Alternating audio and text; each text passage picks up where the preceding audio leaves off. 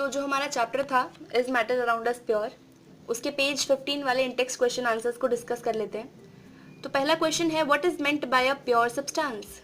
Chapter पढ़ते वक्त सबसे पहले हमने यही चीज़ पढ़ी थी कि प्योर सब्सटेंस का मतलब क्या होता है। प्योर सब्सटेंस मतलब ऐसा सब्सटेंस जिसमें सिंगल टाइप के पार्टिकल्स ही मौजूद हों, मतलब एक जैसे ही सारे पार्टिकल्स हों, सबकी केमिकल प्रॉपर्टी सेम हो। ठीक है, मतलब कि एक प्योर सब्सटेंस वो सब्सटेंस है जिसमें सारे पार्टिकल्स एक जैसे हों।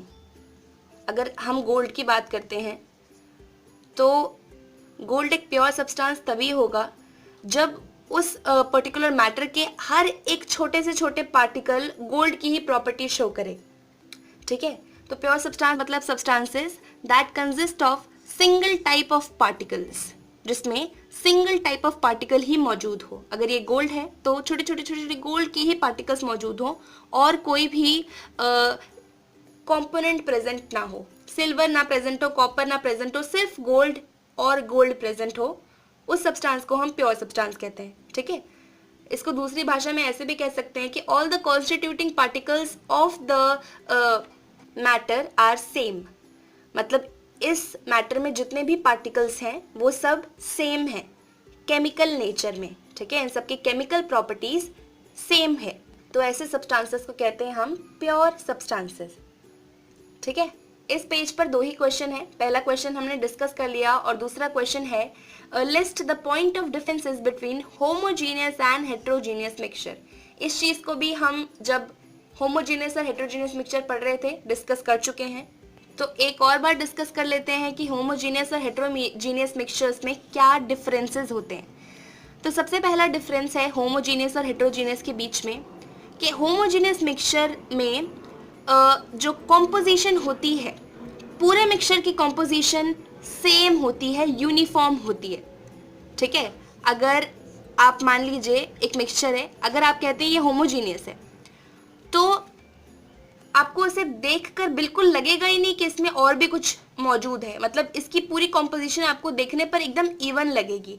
तो ऐसे मिक्सचर होते हैं homogeneous mixtures. It has uniform composition through out its mass.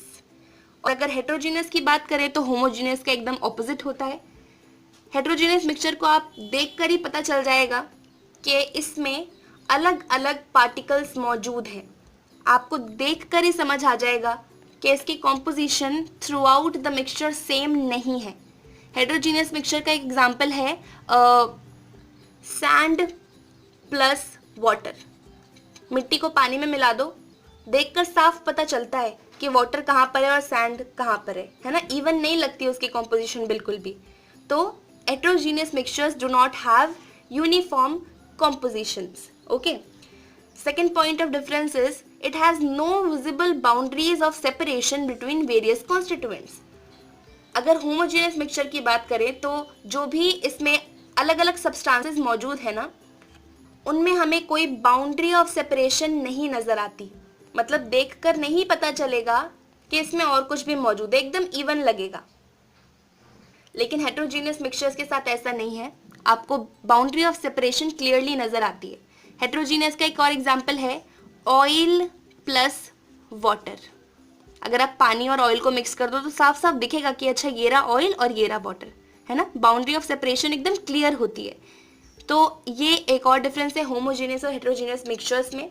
तीसरा डिफरेंस आप एग्जाम्पल भी मेंशन कर सकते हैं। तो होमोजीनियस का एग्जाम्पल है शुगर प्लस वाटर। शुगर को आप वाटर में एकदम अच्छे से डिजोल्व कर दो, आपको देखकर पता ही नहीं चलेगा कि इसमें चीनी भी मिक्स है।